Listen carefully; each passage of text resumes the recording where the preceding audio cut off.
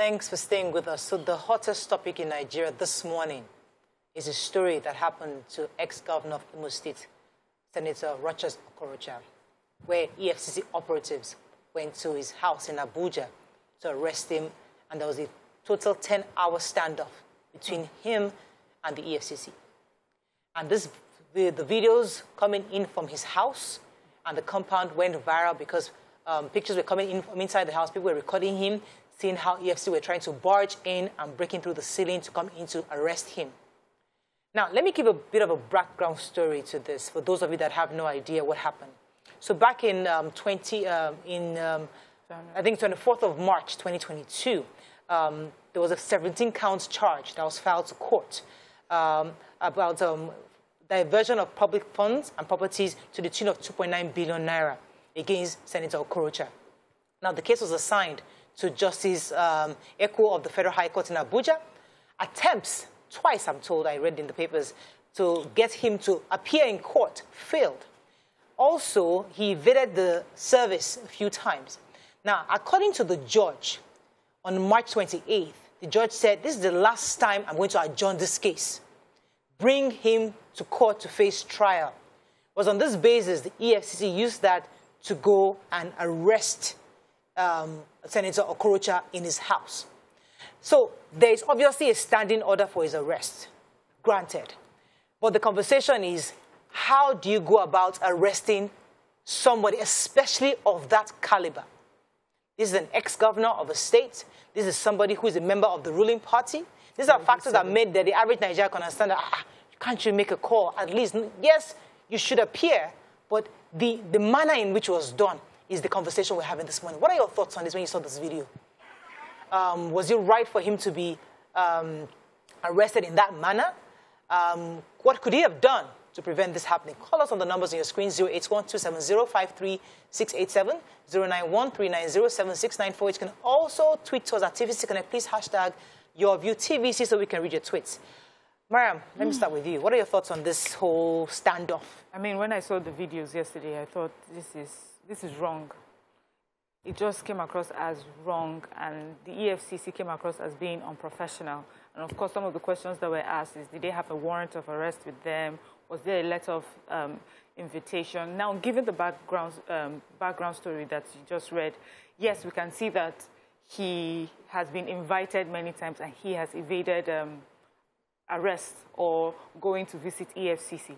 But we also remember that there was a time he told us about a court order that he had gotten barring EFCC from arresting him because it was seen as just harassment, really, like they didn't have a case against him. And I remember there was a time he visited with the president as well concerning this constant harassment back and forth with the EFCC. So if there's a court order, you see, this is where the judiciary just confuses me. Who gave the court order saying to EFCC to not go ahead to arrest this person? And then he has a case in court where he's supposed to appear there. So given that legality aside, it just did not look right. It looked like we're looking for a murderer.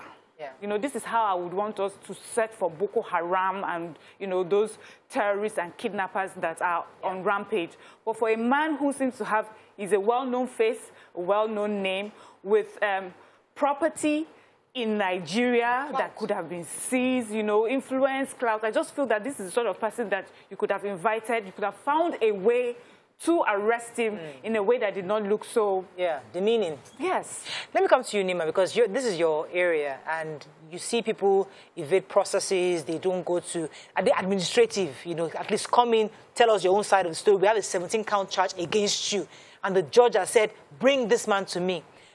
Was their approach right? I mean, could they have done something better, especially after they've tried to invite him several times and he didn't show up? Okay, so what I see here is, you know, if you refuse to show, and according to the news, a justice was saying, get him in court. So he needs to come to court to be arraigned properly, to either plead guilty or not to any of the charges against him, and he's refusing to. And this is what we see. If he was just an ordinary Nigerian, he will be in court. You know, he will show up. He didn't have to get to this point. There's nothing so grand. This is not a military. what I saw yesterday reminded me of the Babangida Abacha kind of thing that, those of my friends within the command, that their fathers were officers, were living, dreading that it will happen to their parents. And, I was thinking, what's it orange like that? If it was those military days, that happens, we will fear that that father will never come back. And if he ever appears after, it will be a dear story, This is a simple matter, a criminal matter in a democracy. You show up in court, and fortunately for him, he can afford his lawyers. If he wanted 10,000 of them, they will show up, they'll prepare a great defense for him, and this can, and he can eventually get an acquittal. But to allow this grand, drama happen, so cameras were everywhere, people had to go online, all the online news, Sahara reporters, all of them had news about, an arrest. It was just too much drama for me. For me, it was demeaning of his person. Yes. And so, more so because he allowed it. If the EFCC invited him, he simply shows up. If they want to arrest him at his house, when they show him a warrant of arrest, you simply follow. Yeah. Without, elaborating the How whole about the thing. court order that says that he... and especially because the court order that find him to court. So when the court says, when a judge says, get him to court, that's an arrest order. Find a way to bring him, dead or alive, bondle, anyhow, get him to court. But there's also a court order saying that EFCC should not harass him or arrest him. He had gone, he was on the show, and he also referred to this order. Yes. He had gone at some point to get a court order restraining the EFCC from proceeding with these investigations. And he said he got that order, which I felt, I didn't read the judgment, was impossible. If a security agency within the country is investigating a crime, there's nothing that will restrict them. We saw this drama start in Jonathan's time, where ministers get perpetual injunction against me, or they would not even show up. Even the National Assembly cannot even Let me bring this conversation to top, because another angle is that, you see, it's quite suspicious that a man who is a presidential candidate or aspirant and is getting ready for his presidential screening, the day of his screening is the day EFCC now decided to come. So people are thinking, is this politically motivated? I mean, and the fact that he sees Rochas Okorocha, for heaven's sakes, couldn't he have made one call? Because he doesn't have a President Buhari's on the speed dial. You would think that he will call somebody, say, I'm on my way. Could you get these guys off? We can do this thing another day, but let me go do my screening. So the idea that we are all thinking there should be somebody to call to evade justice, and it's a normal thing, is a problem. If somebody comes to arrest you and they have a warrant and it is from a judge, you should have no reason to even think you should call somebody. But we know in Nigeria, we usually have opportunities to make those phone calls and defer justice for a little while, which is a problem. So some part of me seems to be happy that there was really nobody that intervened to the extent of making him evade what should be regular justice. Why a 6-hour standoff? What are you looking for? Why did they have to shoot this? The premium time says 6 hours. Somebody said 7 hours. Somebody said it finally got in around 6 p.m. Why did they have to go through all of that? People are abroad. People are abroad. They are also connected. These people that the level that we know there's just there's a high-level presidential. I know Donald Trump. I can make a call to Donald Trump, and I wouldn't get arrested. I know. So I'm saying that when you know you have a warrant, you know that they have a warrant against you. They've already come with full force to take you. Quickly open the door. Respectfully follow them out. And you get to the office, at that point you have already complied. You cannot start making phone calls then to sort of like explain that you have a meeting to attend, you will make it to court. The court was adjourned to the 30th of May. The job of EFCC is to ensure that if it's within our custody, we will ensure it shows up in court on the 30th of May. Now, I'm not saying that the conspiracy theory of the fact that they're trying to keep him away from going for his screening is not on ground, because it is so obvious. A man was supposed to go for screening on a date. You did not meet him at the screening point where you won't have to break door. You know where the screening is taking place. You could have easily waited outside his door. Don't let every cameo, just calm down. Once he's driving out, you now block him. There's no need to be shooting tear gas and shooting into the air. Then you could have waited till he's done with the screening and just block him at the APC, the office in Abuja, and say, after his screening, we carry you, we wait. But there were many other more humane ways to do this thing, and he also should have handled the situation in a better way, because if a pig wants to get into a fight with you, there's a way you handle the situation so that you don't get mixed with the debts of that situation. Okay, let me go on a break. When we come back, we'll speak to the spokesperson of the EFCC and I know exactly what happened. Stay with us. We'll be right back.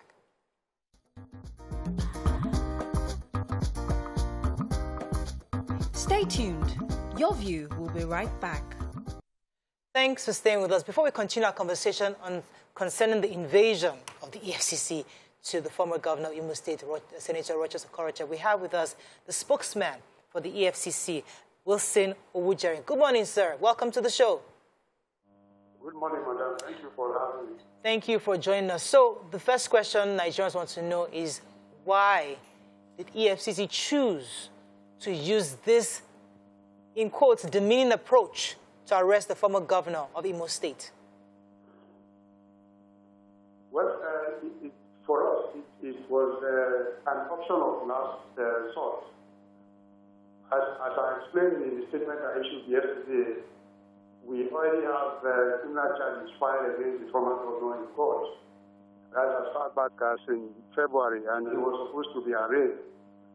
Twice, the arraignment was stopped because he was not available for the arraignment. And at the last adjourned date in March, the judge gave an order that he was going to strike out the matter if we fail to produce Chief Okorocha in court. And so we have to take the measures, necessary measures to bring him to trial. Okay. It didn't look like a necessary measure. It looked like a very aggressive, desperate criminal. Like you're trying to capture this confirmed, hardened criminal who has, it was drug lord. This Yes, is a sledgehammer to kill an ant. Exactly. Felt like this is too much of an aggressive pose for someone. Like he could have handled this situation in a far less aggressive and yet impactful way. What do you say to that? I didn't get that question clearly. The question, sir, was that many people feel that the approach was extremely aggressive. Your comment was it was necessary measure. I felt like many people on social media felt it was a very aggressive measure, like using a sledgehammer to kill an ant, that this could have been handled in a more humane manner to get him to court, still have a siege, but without that aggressiveness of shooting into the air, throwing tear gas outside his house, then breaking in through the ceiling into his bedroom. Well, most of those spectacles that some of you have witnessed ought to be avoidable, but the blame definitely has to go to Mr. Okorocha. For instance, he was invited severally. The first thing is that he violated the bail conditions given him when he was arrested. He was released on bail, and when you are granted bail, there are conditions attached to your bail. One of those conditions is that you are supposed to be reporting at intervals, which he never did. And then when he was finally charged the matter was finally charged to court, serving him with the processes became almost impossible because he barricaded himself with security. He also made himself unavailable to be served. And it was becoming almost impossible for the case to progress. And then the commission had to take measures to effect his arrest. And even when our operative went to his home, he was invited to come out, but he failed to do so. And when you do that, you leave the security with no option than to use minimum force to take you into custody. And that was exactly what happened. Let me get a few more questions in for you. Instruction. If he had made himself available, all of these measures would have been unnecessary. And no person, no Nigerian is above the law. Whether you are a former governor or a minister, once you have criminal charges filed against you, as a law-abiding citizen, the first thing you do is to make yourself available. Okorocha did not do that. All right. Okay. So I'm happy. One thing, that this sends to many people is that no one is above the law, even if we feel that it could have been done better. But second thing is that I know that in prosecuting high net worth individuals, people with influence like this, the cases usually get tossed out on the grounds of technicalities.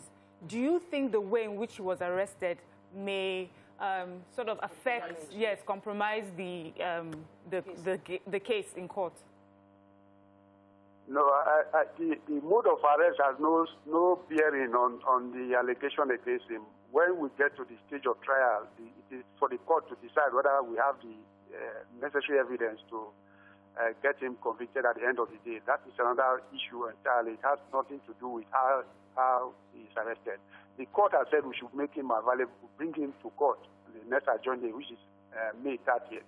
And that is why we have taken measures to ensure that he is present in court when the matter is supposed to, when the arraignment is supposed to hold. And after the arraignment, everything now depends on the court. We present the evidence we have available to court, and it's left for court to decide whether what we have is enough to secure conviction or otherwise. All right, go ahead, man. Okay, so sometime in February, former Governor Okorocha had gone to see the president about compelling your agency to respect a restraining order that he got from a court. What do you have to say about that restraining order, and why did that order? Why are you proceeding even though there's a clashing order? In the first place, I don't think the president has said severally that he's not somebody that interferes with the judicial process, and I don't think the office of the president is the proper place for you to protest if your right is being violated. The courts are there. If you believe that the commissioner has taken steps that is against the law, he can approach the court for redress. But I'm not aware of any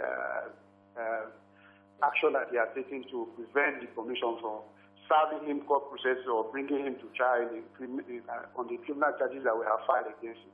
If he even have any reservation concerning the processes, the courts are there. Let him go for the arraignment. After the arraignment, he can make his protestation before the judge.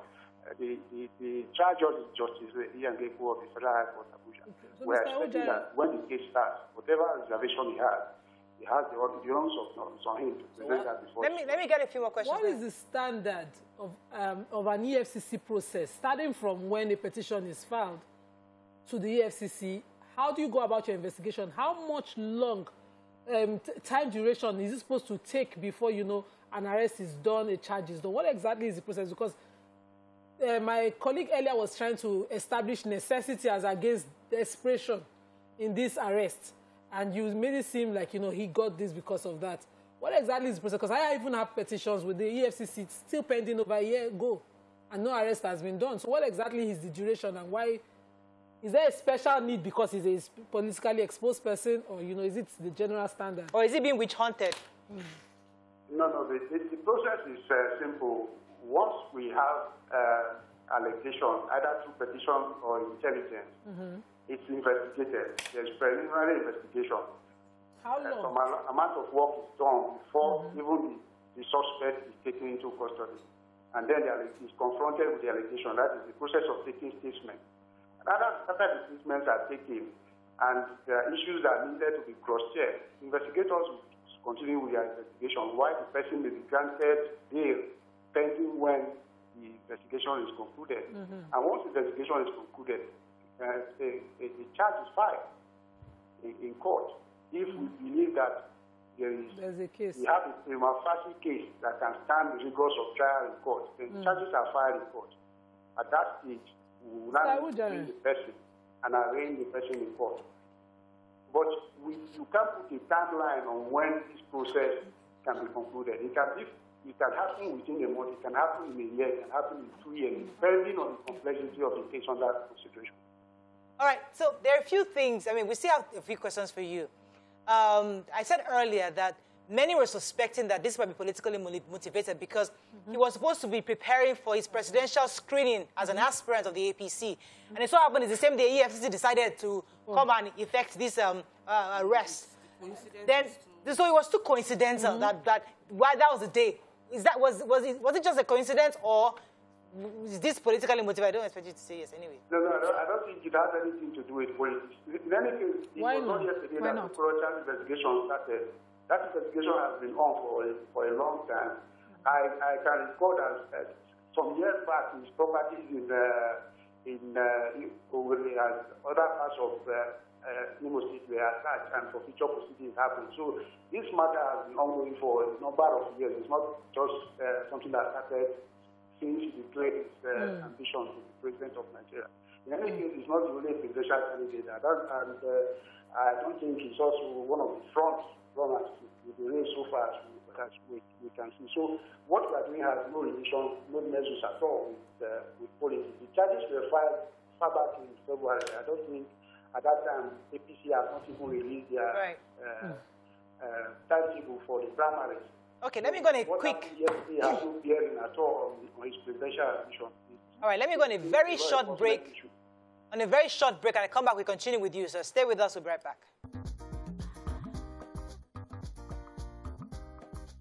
Stay tuned. Your view will be right back.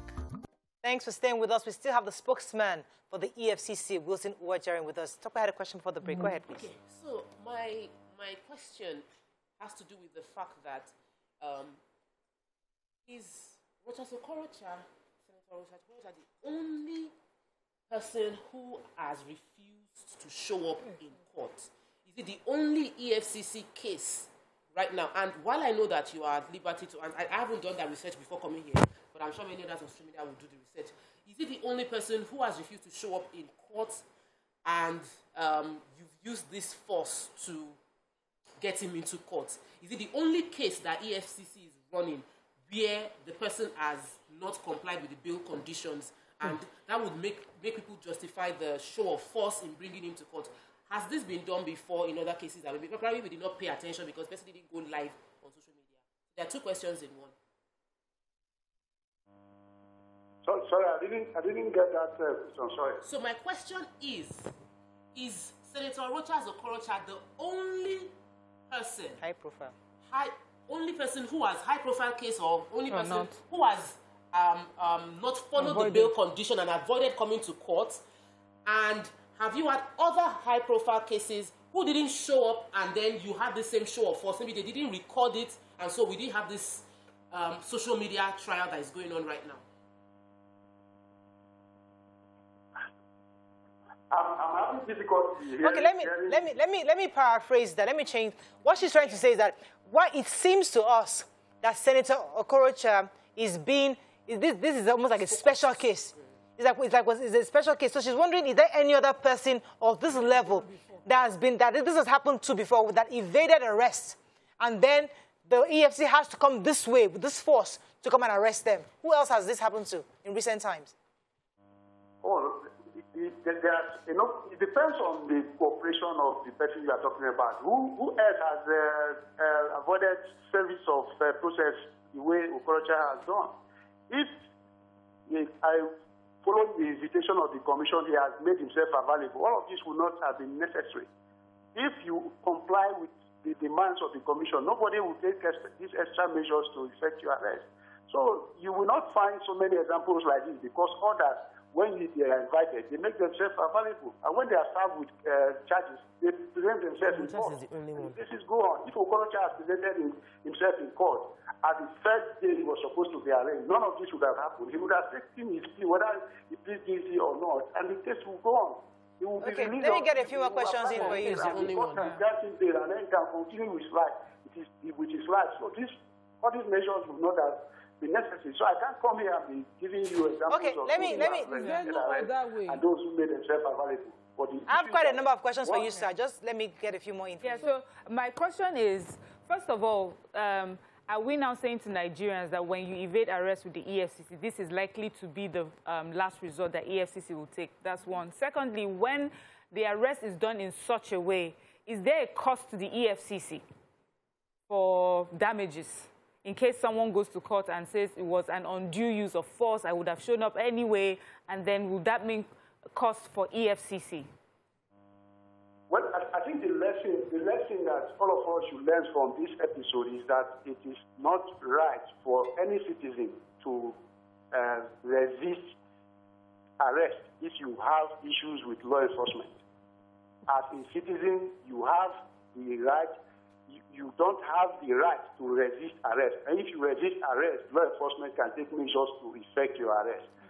In terms of damages, I don't know the damages that you're talking about, but the shooting of gun. The shooting. Once you have the process of resisting arrest, you are violating existing laws, and it is left for a court, if you take action in court, if the court can decide whether you need to be compensated for otherwise, but I've not seen any of such case. All right, just so that we're clear, Mr. Wilson, now we saw the pictures.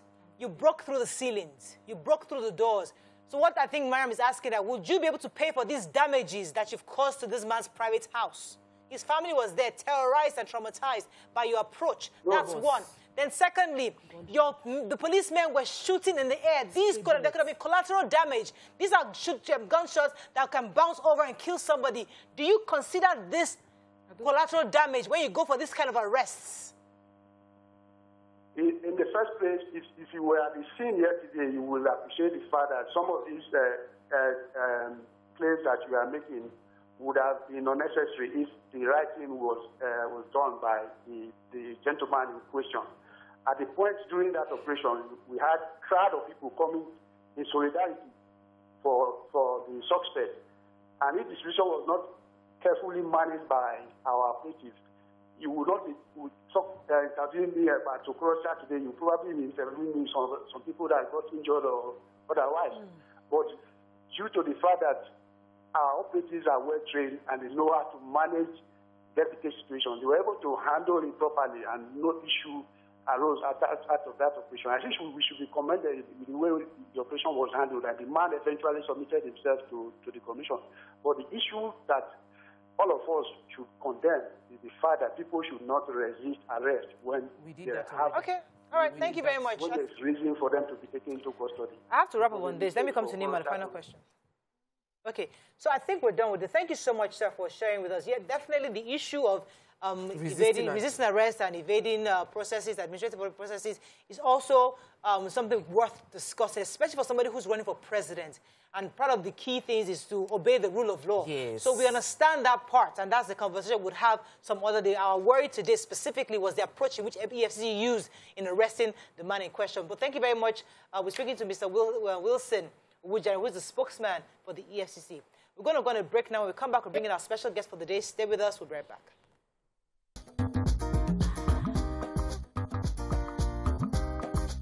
Stay tuned. Your view will be right back. Thanks for staying with us. So joining us right now to have a legal perspective to the conversation we had earlier about the arrest of Senator Rochas Okorocha is Libros Oshoma. Welcome to the show, Libros. Good morning. Good morning. Good to have you. So before you came on, we were talking with the spokesman for the EFCC, trying to understand, get a better perspective into the approach yesterday. In your view, if you were Rochas Okorocha's lawyer, what would be your first thing to do at this moment? I didn't get that. If you're Senator Rochas Okorocha's lawyer, what's the first thing you do this morning, especially going by what happened yesterday? Would you sue the EFCC?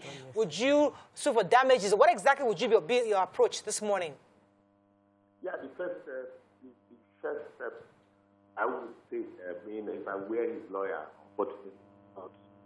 would be to approach the court for damages against the EFCC. Because I learned that there were 2 valid court orders restraining the EFCC from arresting or harassing him.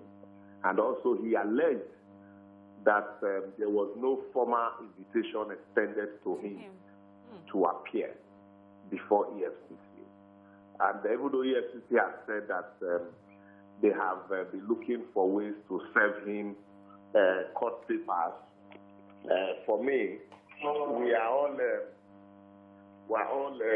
lawyers, and we understand that if you file charges against somebody and the person is invading arrest or arraignment, you can ask for, even if you are letter of invitation, you can paste letters of invitation in his residence, inviting him. You can send him. Even now, the court has also accept SMS as hearing notice, proof of hearing notice. Unlike before, court now, even registrars send us SMS, as a proof of service of hearing notices. So these are options that the EFCC could have explored. even though also I blame Rochas Okorocha for, holding himself up in his house as if unknown gunmen came to attack him. Because already you know that EFCC operatives were in your house. Why don't you, be a bold and brave man like Ayo Fayoshe? Print on your T-shirt, EFCC, I'm here. At the end of the day, back and forth, worst case, the lawyers will find the necessary papers, and then you are granted bail. But they have said he jumped sharply. So, but I quite do not also agree with the approach of the EFCC to the extent the way they do this thing. It is Rochas Okorocha today. Yes, he's a public enemy. He's a former governor who allegedly stole the state blind. But if we encourage this kind of commando-like style, attitude, it can be you and I tomorrow, and nobody will even hear about it. They just come pull your door down as if it's a common thief, and then it's a drug baron who is evading arrest, and they say we have not been able to reach him, even though it was clear that there were no notices served on you. Okay. Okay. A lot of us, even though when we saw it, we thought it was distasteful that there could have been a decent or better way to do it. But then, if we are to look at the case at hand, this is a country where we are constantly talking about our leaders misappropriating funds and things like that. And when we have government parastatal that has the job to bring them to book, sometimes it feels like we are going against them when we constantly talk about the methods that they use. I know for people that resist arrest, even abroad, we see that there's a show of force. Was it really wrong for them to have used that show of force for someone who has resisted arrest over and over again? That's what I'm saying. EFCC, it's their word against his. I have also read statement from his lawyer saying that there was no letter from EFCC inviting his client. EFCC said he evaded arrest. The man said no, there was no invitation extended to me. He was granted administrative bail, and that anytime you needed him, you see, anytime EFCC grants you administrative bail, they tell you to begin to report at least once a month. If you do not report, they issue you notice and tell you they will revoke your bail or arrange a day for arraignment and ask you to come, and you go to court. So that's why I said it is his word against us. But we also need to understand that you use the law to check the law. You don't use impunity to enforce the law. Yes, in other societies, we've seen police use show of force when they want to break in to catch a criminal in the act. A drug baron most times, they say, yes, the act is currently ongoing. And also you see them synchronize, and then they break into that home to catch these people in the act, or in some cases, where these are people who consistently, like you said, have evaded arrest. We know when Rochas Approach visited the president. We also know Rochas Okorocha to be a senator of the Federal Republic of Nigeria, a former governor. He has houses. So all I am saying, EFCC also should have shown.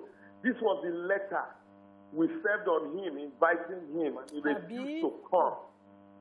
This is the notice we sent to him, inviting him for arraignment, and he refused to come.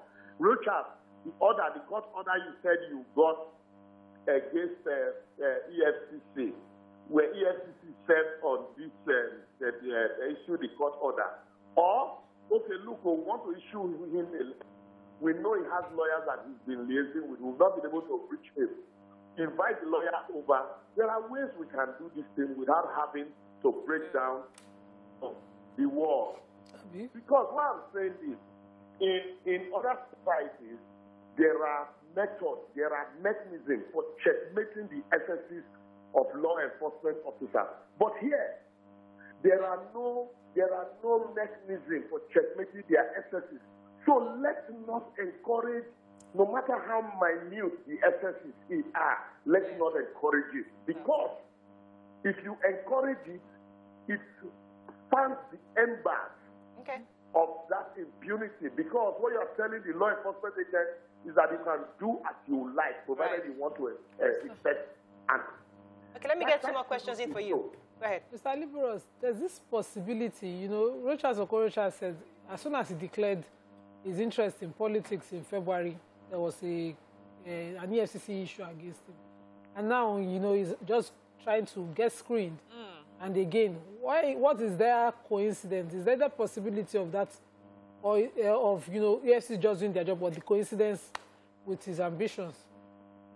That is what I'm saying. With the way the EFCC has gone about this whole thing, the Rochas Okorocha can now begin to allege all kinds of witch hunts, even though also his hands are not clean. Like I said, if I were Rochas Okorocha, the moment EFCC came to my gate, I will open the gate. EFCC, I am here. We know they are not the situation of it. So I am here. What is it? We'll go to your office or give me a definite date. I will sign undertaking. I will report on so and so day.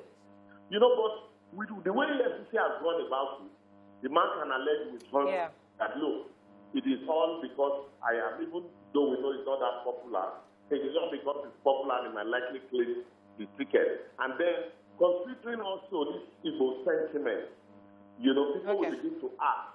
There are so many people from the northern extraction. Somebody stole 80 billion. You know, they didn't break into his house because he's an Igbo man. Don't give room for all of these issues that will further divide Nigeria. Let me get one question in for you, Liberos. Let me just okay, so you touched on it, and it's a major worry for me too, is that we shouldn't set precedents that this would happen again in somebody else's house. Because if it happens once and nothing is done, so my approach is I want you to advise what should be done to ensure this doesn't happen again, where this magnitude of force is used to extract someone to show up in court. Is it civil society that should file the case, or is lawyers, or we have like NGOs that would file a case against EFCC from doing this kind of thing so that we stop the precedence of this happening in another case? That's why I said it is Rochas Approach. No matter how much we hate Rochas, no matter what he has done, let the law of the land be complied with. If you remember, on this same platform, I talked about when the police came to Timmy Dakolo's house, when the wife alleged rape against a pastor. You saw it was the same method that they came with a van, police van, you know, a commando-like style in his house. You know, we condemn that action. So today, it is Rochas. If we allow it to pass, tomorrow it can be Morayo, it can be anybody. They will say, well, as they did it to Rochas, who I know. Let the law of the land, the way arrest should not be like, you know, you come with a commando-like truck, as if, you know, you are coming to arrest the head of Boko Haram, and you break down the wall, even though the man has refused to. Show that you have sent an invitation to come. And then when you get all of these steps, and in some cases, it's just that it's a criminal matter, you even ask court for a substituted order to serve the processes by placing them in a newspaper. And so once that is done, it is presumed that the man is aware of these notices. EFCC can even place the invitation to embarrass him further. You send invitation on the newspaper that since we have been able to reach you, you know, we are using this invitation to invite you over on so and so day. You know, so when you now, presidential screening is close by, you now go to his house and then you arrest him, you break the POP, you know, break the wall, and then the man had to make a show of it also by video recording it. And you see, the saddest part for me, I want to touch, please permit me quickly. As politicians, if you know you are this lily-livered, why steal so much? Why put the society? If Rochas as governor also had at least some modicum of respect for the people of Imo State, all of this wouldn't have been happening to him today. He's not the only former governor. You know, so now look at EFCC. All right, we have to wrap up now. Ross. Oh, the people are here. Oh, they are here. Yeah. And then who will come to your rescue apart from a few persons? Exactly. That, you know, so on both sides, we should always remember that there's everything after tomorrow. Even for the EFCC, let them remember that there'll be life after office tomorrow. Okay. Thank you very much, Libras. Thank you so much for sharing some light on this for us. We're going to go on a break. When we come back, we'll bring the woman we love. Stay with us. We'll be right back.